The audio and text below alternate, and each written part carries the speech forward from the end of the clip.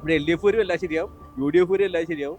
ഇവിടെ നമ്മൾ റോട്ടിലൂടെ പോകുമ്പോൾ നമുക്ക് മനസ്സിലാവും. സുരേഷ് ഗോപി എന്നൊക്കെ പറഞ്ഞാൽ ഒരു പിന്നെ ഐവറി ടവറിൽ നിന്ന് ഇങ്ങനെ സംസാരിക്കുന്ന ഒരാളായിട്ടല്ലാതെ ജനങ്ങളുടെ പക്ഷത്തിൽ നിന്ന് ഒരു ആവേശത്തിന്റെ പുറത്താണ് തൃശ്ശൂർ ജയിച്ചത്. അപ്പൊ പുള്ളിയുടെ കാര്യം തന്നെ പുള്ളിക്ക് കറക്റ്റ് ചെയ്യാൻ പറ്റുന്നില്ല. പിന്നെ പൊതുജനത്തിന്റെ കാര്യം പുള്ളിക്ക് നോക്കാൻ പറ്റുന്നത് നിങ്ങൾക്ക് തന്നെ ചിന്തിച്ചറിയാലോ.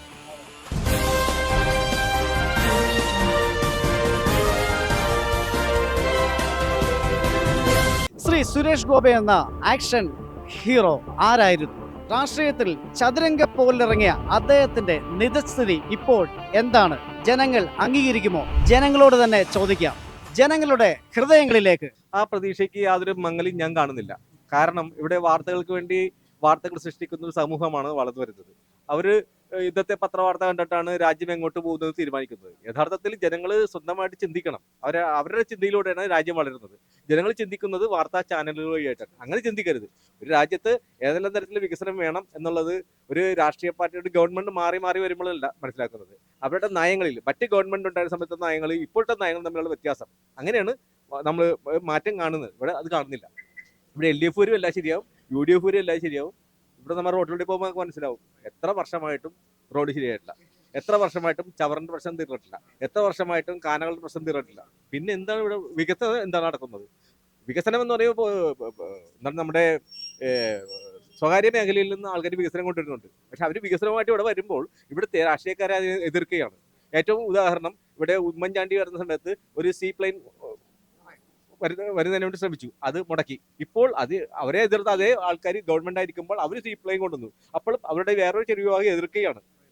ഈ എതിർക്കലൊക്കെ താൽക്കാലിക ലാഭത്തിന് വേണ്ടിയാണെന്ന് മനസ്സിലാക്കാനുള്ള പ്രായോഗിക ബുദ്ധി ഇവിടുത്തെ ജനങ്ങൾക്കുണ്ട്. പക്ഷേ രാഷ്ട്രീയക്കാർ അവരെല്ലാത്തിനും മുന്നിട്ട് നിൽക്കുന്നുണ്ട്. അതാണ് ഏറ്റവും വലുതെന്ന് കരുതുന്നത്. അത് മാറ്റം വേണം. കേരളത്തിൽ രാഷ്ട്രീയത്തിൽ വന്നപ്പോൾ അദ്ദേഹത്തിൻ്റെതായ മാറ്റങ്ങൾ വേണമെന്ന് അദ്ദേഹം ആഗ്രഹിച്ചിട്ടുണ്ട്. അതുകൊണ്ട് തന്നെ പുള്ളി വളരെ സ്വതസിദ്ധമായ ശൈലിയിൽ പുള്ളി ധാരാളം പ്രഖ്യാപനങ്ങൾ നടത്തുന്നുണ്ട്.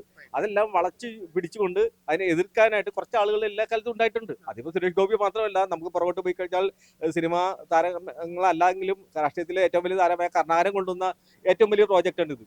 ഈ പറയണ സ്റ്റേഡിയം. ഈ സ്റ്റേഡിയത്തെ എതിർത്തു. ഈ നെടുമ്പാശ്ശേരി ഇന്റർനാഷണൽ എയർപോർട്ട് അതിലെ കൂടി ഫ്ലൈറ്റ് ഇറങ്ങുന്ന എന്റെ നെഞ്ചത്തൂടി ആയിരിക്കും എന്ന് പറഞ്ഞപ്പോൾ അദ്ദേഹത്തിന്റെ ഒഴിവാക്കിക്കൊണ്ടാണ് അതിന്റെ ഉദ്ഘാടനം വരെ നടത്തിയത്. അപ്പൊ അതെല്ലാം കണ്ടുവന്ന ജനങ്ങളെ ഇവിടെ തന്നെ ഉള്ളത്. ജനങ്ങളൊന്നും മറന്നിട്ടില്ല. ഈ സുരേഷ് ഗോപി പറയുന്ന കാര്യങ്ങൾ പ്രാവർത്തികമാക്കാൻ അദ്ദേഹത്തിന് കഴിയും. പക്ഷെ നമ്മൾ അദ്ദേഹത്തോടൊപ്പം കൂടെ നിൽക്കണം. രാഷ്ട്രീയ പാർട്ടി വേറൊരു രാഷ്ട്രീയ പാർട്ടി ആളാണെന്ന് പറഞ്ഞ് എതിർക്കാൻ പോയിട്ടുണ്ടെങ്കിൽ വെയിറ്റ് ചെയ്ത് പറ്റൂ. അതാണ് ഇവിടെ ക്ഷമ വേണം. അതുണ്ടെങ്കിലേ ഇവിടെ വിജയിക്കുള്ളൂ. എല്ലാവരും ഇപ്പൊ തന്നെ ശരിയാകും ഒന്നും പറഞ്ഞ് ഒന്നും പ്രതീക്ഷിക്കുന്നില്ല. ഒന്നും നടപടി ആകിയില്ല. കാരണം ഇങ്ങനെ എത്രയോ കാലങ്ങളായിട്ട് ഇവിടെ ഇഷ്ടംപോലെ പ്രശ്നങ്ങൾ നടപടിയിലേക്ക് കൊണ്ടുവരേണ്ടതുണ്ട്. ഒന്നും നടന്നിട്ടില്ല. എല്ലാം അമ്മ എഴയുന്നത് പോലെയാണ് കാര്യങ്ങൾ പോകുന്നത്. അദ്ദേഹത്തിന്റെ വാക്കുകളും ആറ്റിറ്റ്യൂഡും സൂക്ഷിക്കേണ്ടതായിട്ടുണ്ടോ? തീർച്ചയായിട്ടും സൂക്ഷിക്കേണ്ടതായിട്ടുണ്ട്. അദ്ദേഹം പൊതുജനങ്ങളുടെ ഇടയിൽ ഇറങ്ങുമ്പോൾ കുറച്ചുകൂടി എന്താണ് പറയണ, കുറച്ചുകൂടി ക്ഷമയും പാകതയും കൊണ്ട് കാണിക്കണം. അദ്ദേഹത്തിന്റെ ആ സ്നേഹത്തോടെയുള്ള അല്ലെങ്കിൽ ആ കാര്യങ്ങളെ നടത്തിയെടുക്കണം എന്നുള്ള ആത്മാർത്ഥമായ അദ്ദേഹത്തിന്റെ വാക്കുകളിലൂടെ പുറത്തേക്ക് വരുമ്പോൾ ചിലപ്പോൾ അത് വളച്ചു പിടിച്ച് അത് ഒരു ദുശ്ചിന്തയാണെന്ന് വരുത്തി തീർക്കാനായിട്ട് ഒരു ശ്രമിക്കുന്നുണ്ട്. അതെല്ലായിടത്തും എല്ലാ രാഷ്ട്രീയക്കാരിലും അത് നടക്കുന്നുണ്ട്.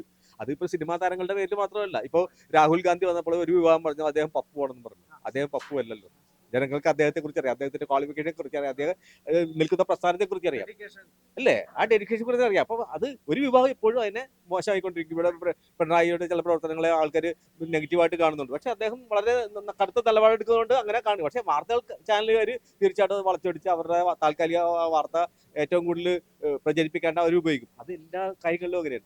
എല്ലാ കാര്യത്തിലും നമ്മൾ പോസിറ്റീവ് ആണ് അല്ലേ? എല്ലാത്തിനും നമ്മൾ പോസിറ്റീവായിട്ട് കാണണം. അത് രാഷ്ട്രീയ പാർട്ടിക്കാരിൽ മാത്രമല്ല, എല്ലാ വ്യക്തികളിലും കാണണം. നമ്മുടെ കുടുംബത്തിൽ കാണണം.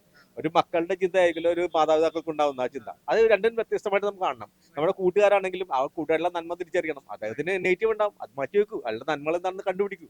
ഇതാണ് ചെയ്യേണ്ടത്. അതിപ്പോ സുരേഷ് ഗോപി ആയാലും ശരി, പിണറായി വിജയനും ശരി, ഇപ്പുറത്ത് മുരളീധരനായാലും ശരി, വി ഡി സതീശനായാലും ശരി, നമ്മൾ അവരുടെ പോസിറ്റീവായിട്ടുള്ള കാര്യങ്ങൾ കാണണം. നെഗറ്റീവ് ആയിട്ടുണ്ടെങ്കിൽ അത് എല്ലാ ജനങ്ങളും കൂടി എതിർക്കണം. ഇപ്പൊ തമിഴ്നാടിന്റെ പ്രവർത്തനങ്ങൾ നമുക്ക് കാണാം. അവരുടെ രാജ്യത്തിന്റെ സംസ്ഥാനത്തിന്റെ വികസനത്തിന് അവിടുത്തെ എല്ലാ പാർട്ടിക്കാരും ഒന്നിച്ചാണ് നിൽക്കുന്നത്. ഇവിടുത്തെ അറിയും തള്ളി കളഞ്ഞാൽ അപ്പൊ തന്നെ വലിച്ചെടുക്കും. കാരണം അവരുടെ സംസ്ഥാനത്ത് അത് വളർത്തിയെടുക്കാൻ ശ്രമിക്കും.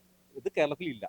ആ ഒരു വൃത്തികെട്ട സ്വഭാവം കേരളത്തിൽ ജനത അവസാനിപ്പിച്ചാൽ കേരളമായിരിക്കും ഈ ലോകത്തെ ഏറ്റവും വലിയ ഒരു രാജ്യമായിട്ട് മാറും.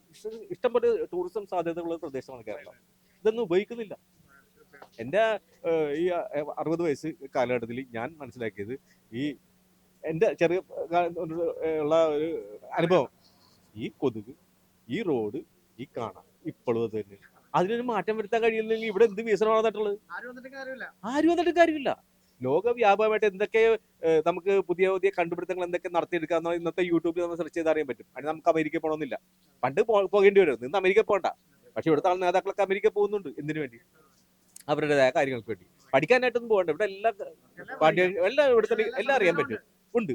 ഇന്നും നമുക്ക് ഈ ചവറ് മുഴുവനും ഓരോ കൊച്ചിയുടെ ഓരോ മണ്ഡലത്തിന്റെ അടിസ്ഥാനത്തിൽ ഒരു ചവറ് സംസ്കരണ പദ്ധതി ഉണ്ടാക്കിയാൽ മതി. ഇവിടുത്തെ എല്ലാം കൂടി വിളിച്ച് കാക്കനാട് കൊണ്ടുപോകേണ്ട ആവശ്യമില്ല. അവിടെ മുഴുവൻ കത്തി അവിടെ പ്രദേശവാസികൾക്ക് ദുരിതമാക്കേണ്ട ആവശ്യമില്ല. എല്ലാവരും മിനിയേച്ചർ ഉണ്ടാക്കിയിട്ടുണ്ടെങ്കിൽ സംവിധാനങ്ങൾ ലോകവ്യാപകമായിട്ട് നടക്കുന്നുണ്ട്.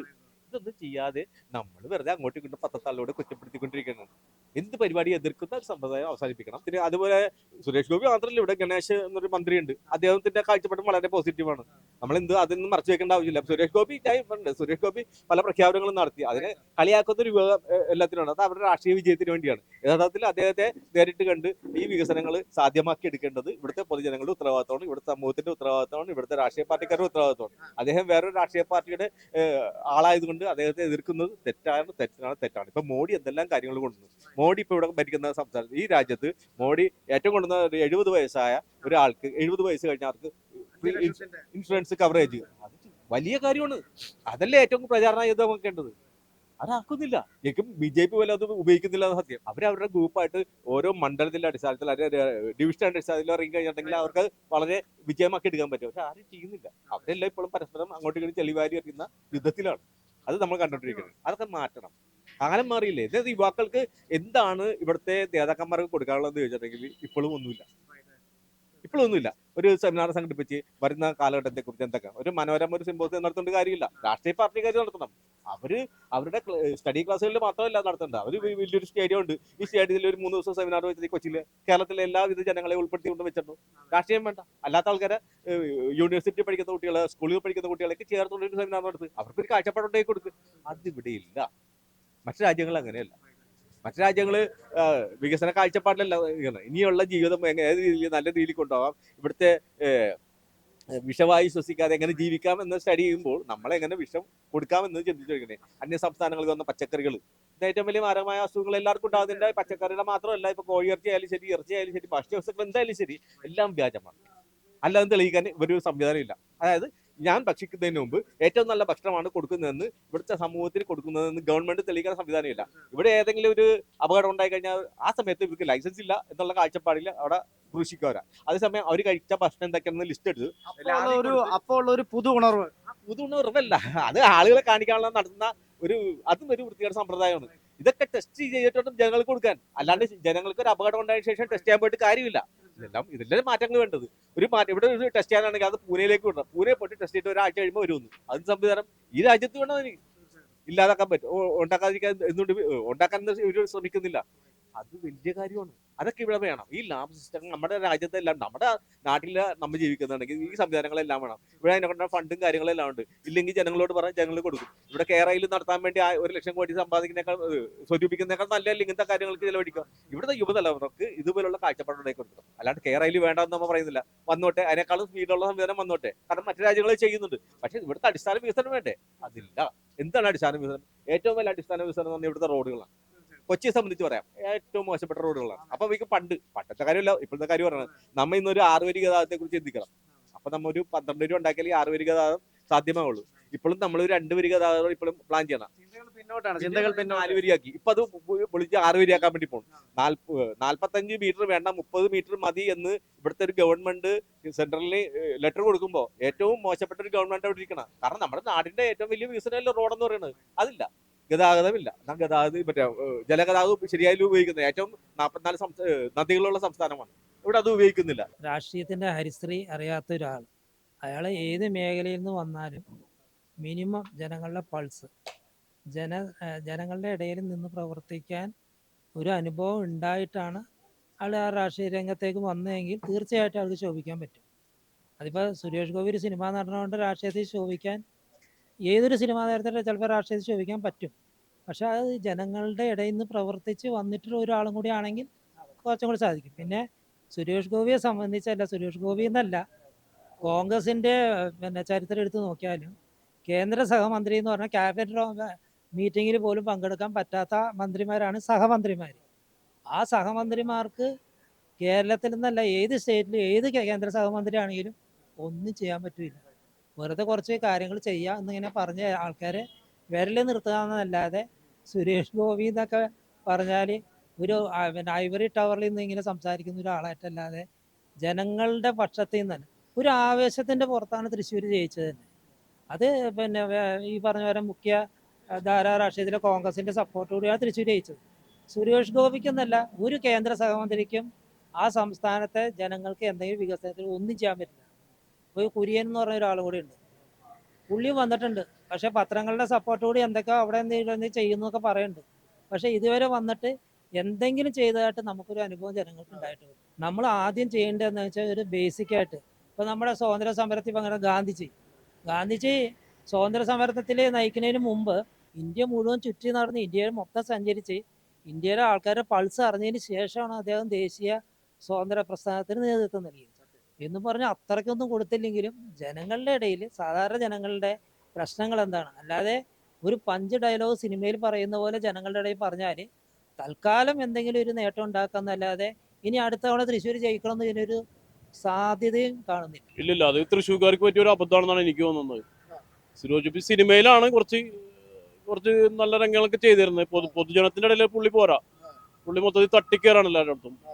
മീഡിയയോടായാലും ജനങ്ങളോടായാലും കറക്റ്റല്ല, പെരുമാറ്റമൊന്നും കറക്റ്റല്ല. പുള്ളി ഒരു രാജഭരണമാണ് പുള്ളി ആഗ്രഹിക്കുന്നത്. അത്രേ ഉള്ളൂ, ഇതാണ് എനിക്ക് പറയാനുള്ളത്. രാജഭരണമാണ്. പുള്ളി ഒരു ഏകാധിപതിയായിട്ട് പുള്ളിക്ക് നരേന്ദ്രമോദിയെ പോലെ ആവണം എന്നാണ് പുള്ളിക്ക്. കേരളത്തിൽ നടക്കൂല. പിന്നെ BJP മൊത്തം വരുമെന്നും പ്രതീക്ഷിക്കേണ്ട. തൃശ്ശൂർക്കാർക്ക് ഒരു അബദ്ധം പറ്റിയാണത്. ഇല്ല, തീർച്ചയായിട്ടും ഞാനിപ്പോ മുസ്ലിമാണ്. മുസ്ലിമും ക്രിസ്ത്യാനി ഹിന്ദു ആ ഒരു ജാതി നോക്കാതെ വോട്ട് ചെയ്താണ് തൃശ്ശൂർക്കാർ. ഏറ്റവും കൂടുതൽ ക്രിസ്ത്യൻസ്. പക്ഷെ ആ തൃശ്ശൂർ പോലും പുള്ളിനെ കിട്ടാനില്ല, പൊതുവായിട്ട് സാധാരണക്കാരുടെ ഇടയിൽ കിട്ടാനില്ല. അങ്ങനെയൊക്കെ പുള്ളി പറഞ്ഞത് ഈ കേരളം മൊത്തമല്ല, കോയമ്പത്തൂർ തമിഴ്നാട് വരെ പുള്ളി ശ്രദ്ധിക്കുമെന്നാണ് പറഞ്ഞത് വോട്ടിന് മുന്നേ, ഇലക്ഷന് മുന്നേ. അങ്ങനെയൊക്കെ വയനാട് പോയി പുള്ളി ഒന്ന് പ്രതീക്ഷ കൊടുക്കണ്ടേ? നരേന്ദ്രമോദിയായിട്ട് വയനാട് വന്ന് ഇത്രയും ജനങ്ങൾ മരിച്ചു, ഇത്രയും വീട് ഒലിച്ചു പോയി, എന്തെങ്കിലും ഒരു മെസ്സേജ് കൊടുക്കണ്ടേ? എന്തെങ്കിലും ചെറുതായിട്ട്. പുള്ളി പറഞ്ഞത് തൃശ്ശൂർ മാത്രമല്ല കേരളം മൊത്തം കഴിഞ്ഞാലും തമിഴ്നാട് വരെ പുള്ളി ശ്രദ്ധിക്കുമെന്നാ പറഞ്ഞത് ഇലക്ഷന് മുന്നേ. ഇപ്പൊ അങ്ങനെയല്ല. ഇപ്പൊ പുള്ളിയെ തൃശ്ശൂർക്കാർക്ക് പോലും കിട്ടാനില്ലാത്ത അവസ്ഥയാണ് ഇപ്പൊ.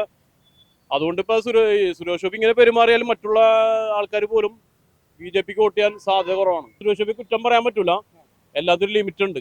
ഇപ്പൊ പുള്ളി MP ആണ്, കേന്ദ്രമന്ത്രി ആണെങ്കിലും കൂടി പുള്ളി പ്രതീക്ഷ അങ്ങനെയല്ല. പുള്ളി സിനിമയിലെ സ്റ്റൈലാണ് പുള്ളി കണ്ടത്. പുള്ളിക്ക് രാഷ്ട്രീയമായിട്ട് വലിയ ബന്ധമില്ലല്ലോ. സിനിമയിലാകുമ്പോൾ ഒരു സൂപ്പർ സ്റ്റാർ ആണ്. വരുമ്പോൾ കുട പിടിക്കാനും വെള്ളം കൊടുക്കാനും ക്യാമറ എല്ലാവരും ആൾക്കാരും ഉണ്ടാവും നാലിട്ടും. പുള്ളി അതെ വർക്ക് ചെയ്ത ഇപ്പൊ നിർത്തി വെച്ചേക്കാണ്. അപ്പൊ പുള്ളി പ്രതീക്ഷിച്ചത് അങ്ങനെയാണ് ഈ രാഷ്ട്രീയം. അതല്ല, പുള്ളി പറയുന്ന കാര്യങ്ങൾ അമിത്ഷായും നരേന്ദ്രമോദിയും എടുക്കാതെ എത്രയോ 10-20 സിനിമ വരെ ബ്ലോക്ക് ചെയ്ത് വെച്ചേക്കാണ് പുള്ളിയുടെ. ഇപ്പൊ ഈ ഒറ്റക്കമ്പൻ സിനിമ വരെ. അപ്പൊ പുള്ളിയുടെ കാര്യം തന്നെ പുള്ളിക്ക് കറക്റ്റ് ചെയ്യാൻ പറ്റുന്നില്ല. പിന്നെ പൊതുജനത്തിന്റെ കാര്യം പുള്ളിക്ക് നോക്കാൻ പറ്റുന്ന നിങ്ങൾക്ക് തന്നെ ചിന്തിച്ചറിയാലോ. അതാണ് എനിക്ക് പറയാനുള്ളത്. പുള്ളിയെ കൊണ്ട് നടക്കൂല. ഒരു വ്യക്തി വിചാരിച്ചാൽ നടക്കുന്ന കാര്യമല്ല രാഷ്ട്രീയം. പൊതുവായിട്ട് പ്രതീക്ഷിക്കണം. മൊത്തത്തിൽ കേരളത്തിൽ BJP ഇല്ലല്ലോ. അപ്പൊ പുള്ളി ഇപ്പൊ ഓരോ കാര്യങ്ങൾ ചെയ്യുമെന്ന് പറഞ്ഞാൽ നരേന്ദ്രമോദി അമിത്ഷാ സമ്മതിക്കണമെന്നില്ല. അപ്പൊ അത് സിനിമയിലേ നടക്കുള്ളൂ, രാഷ്ട്രീയത്തിൽ നടക്കൂല. പിന്നെ കേരളത്തിൽ തീർച്ചയായിട്ടും ഒരിക്കലും നടക്കൂല. പുള്ളിയോട് ഒരു ചോദ്യം അങ്ങോട്ട് ചോദിക്കാൻ പറ്റൂല, പുള്ളി പറയുന്നത് കേട്ടോളാം. അത് രാജഭരണം, അത് ഇവിടെ നടക്കൂല, കേരളത്തിൽ ഒരിക്കലും നടക്കൂല. പുള്ളിക്ക് രാജഭരണമാണ്, അത് നടക്കൂല.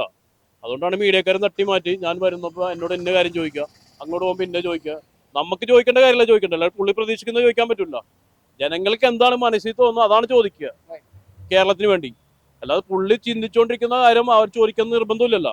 പുള്ളി അതാണ് ഉദ്ദേശിക്കുന്നത്. സുരേഷ് ഗോപി മൊത്തത്തിൽ പൊതുവെ ഇഷ്ടമാണ്. മൊത്തത്തിൽ ഒരുപാട് സഹായങ്ങളും കാര്യങ്ങളൊക്കെ ചെയ്യുന്നതാണ് പുള്ളി. കോടീശ്വരം പരിപാടി നടക്കുമ്പോഴും കാര്യങ്ങളൊക്കെ നടക്കുമ്പോൾ ഒരുപാട് സഹായങ്ങൾ ചെയ്യുന്നതാണ്. പക്ഷെ രാഷ്ട്രീയത്തിൽ പോരാ. പുള്ളി മാത്രം വിചാരിച്ച ഒരു കാര്യം നടക്കൂല കേരളത്തിൽ ഒരിക്കലും.